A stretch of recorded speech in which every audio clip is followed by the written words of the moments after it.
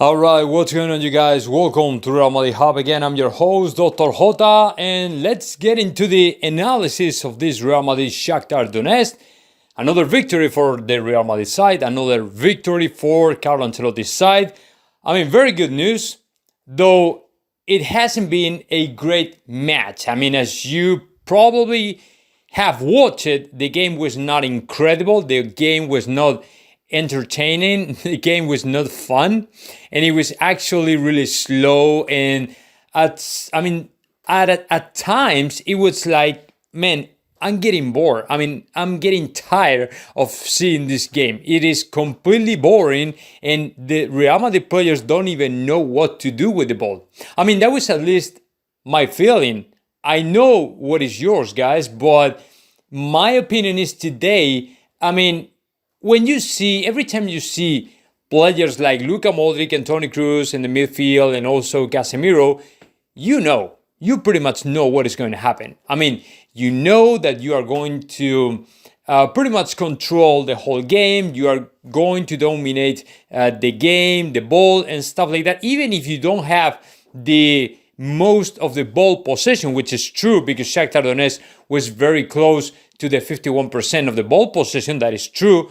You always know that every time these players are in the midfield of your side, nothing weird is going to happen and nothing is going to be wrong. Everything is going to be okay, and they will pretty much control everything. They know what to do and things like that because they are very experienced and skilled players. So there's nothing to worry about, right? Well, today it was not the day, right? Today, what we saw, it was to both of them, Luka Modric and Kroos. My opinion is they were a little bit off today. I don't know whether tired or exhausted or whatever, but I didn't feel these players were okay today. Were 100% to play. What I saw, it was, a team without, I'm talking about Real Madrid, a team without ideas, without creativity, without, okay, what is next? It's like, running out of plays, running out of ideas, running out of, okay, what can we do now? What is next? What is the next step? What we have to do now? It was like that. So, meanwhile, Shakhtar Donetsk was controlling the ball, and these guys really wanted to create danger in the Real Madrid area, and they had a couple chances, actually. But the thing is, when Benzema scored the first goal and Vinicius Jr. assisted him, by the way, let me tell you, it was the 1,000th goal of Real Madrid in the history of the European, Champions League or European Cup, whatever you want to call it. It was the goal number 1,000. When Real Madrid found that they scored so early in the game, it was like, okay, now we are going to relax a little bit. Let's slow down. Let's not exhaust ourselves, and let's try to relax and balance and control a little bit to Shakhtar Donetsk, and that's it. There was no ambition. There was no power. There was no speed. There was pretty much nothing. You know what I'm saying?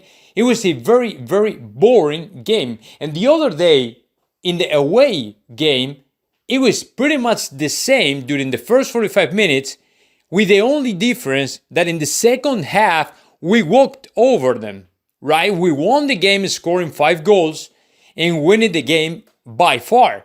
But today, I think Real Madrid was trying to do the same. Control them in the first 45 minutes, wait until they get exhausted and tired and all the stuff, and then we'll kill them in the counterattacks. But it didn't happen because they knew that was going to happen, and that was the Real Madrid strategy. So what we have been losing without Camavinga, without Fede Valverde in the midfield, it is pretty much speed, velocity, verticality, ideas, quickness, sharpness, these kind of things. These kind of things that really makes me love soccer, because that is the way I like Real Madrid to play.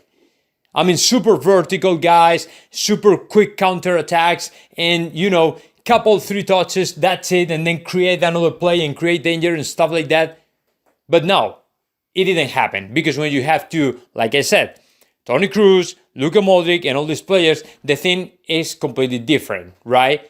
It is more like when Zinedine Zidane was on the bench and Real Madrid played like more, slower, taking time for pretty much think about the next step, moving the ball sideways, very, very slow. And I think that you guys is the same feeling or you feel or you think in the same way than me. But let me tell you what, the good news is we won 3 points. So we are still moving forward for the qualification for the next round. And of course, I also have to say something really important. Vinicius Jr. was again, if not the best game of the player, one of the 2 best players of the field today. The other one probably was Benzema, who scored the 2 goals of Real Madrid. But today, Vinicius Jr. was just incredible. I mean, don't get me wrong, he didn't perform as good as other times, right? Like in prior games and stuff. But even in one of the most boring games of Real Madrid, he was still the best. He was there to steal the ball and pass it to Benzema. He was there to create one of the best plays ever seen during the game, with connecting with Casemiro and then Casemiro to Benzema in goal. So he was there all the time. And although he went through different phases like the rest of the team, like, just walking over the field, just, slowing down and things like that, in my opinion, Vinicius Jr. was still the best player of the Real Madrid side. And of course, if I'm saying Vinicius Jr. was one of the best players of Real Madrid, the other one, of course, was Karim Benzema. This guy is nuts. I mean, Karim Benzema, there's no more adjectives to put on him. I mean, this guy is just incredible. And today, he topped everything. I mean, he topped the peak of his great moment, of his great shape, with the goal number 1000 of Real Madrid in the history of the Champions League, which is great and well deserved. You know what I'm saying? So couldn't be any other player. I mean, whether Vinicius or any other, it had to be Benzema, the one who had to score the goal 1000 of Real Madrid in the Champions League, in the history of the Champions League. And then also he scored the second goal, finalizing a super, super beautiful game that Vinicius Jr. started, connecting with Casemiro, and Casemiro all the way, the ball passed to Karim Benzema. And he knew exactly where he had to put the ball, right into the net. And it was great. It was beautiful. So that is maybe the couple of things we have to highlight today on the game. But let me tell you what, we're not done yet. We still have to talk about all the things that didn't happen on the field, but off the field. There were 2 players that today had a lot of possibilities to be lined up by Carlo Ancelotti, and it didn't happen. I'm talking about Eden Hazard and Marco Asensio. One of those were supposed to be in the lineup of Real Madrid, but they didn't. None of them. Lucas Vázquez was the one chosen for the right wing position. And it was stunning. I mean, nobody could believe Carlo Ancelotti was going to put ahead of Hazard and Asensio to Lucas Vázquez. It was just incredible. And everybody of us were really, amazed, surprised, not amazed, that is not, maybe it's not the word. We were, surprised. We were like, oh my God, what is he doing? I can't believe it, because the consequences of this decision are pretty much Eden Hazard and also Marco Asensio, in my opinion. And although all the things Ancelotti is denying in every single press conference, just saying that they have to keep working and keep moving forward and all the stuff, although all these positive messages, what Carlo Ancelotti is confirming for both of them is that they are out. I mean, they're out. Of course, Carlo Ancelotti will not show up in the press conference to say, yeah, this guy is done here and this other guy is done too. But you have to read, the little letter and say, okay, no, if he's not counting on them anymore, there's 90% chance for them to be out of the squad. You know what I'm saying? The other guy I wanted to talk about, it is Luka Jovic. Today, he had like 10 minutes to show something, but he didn't.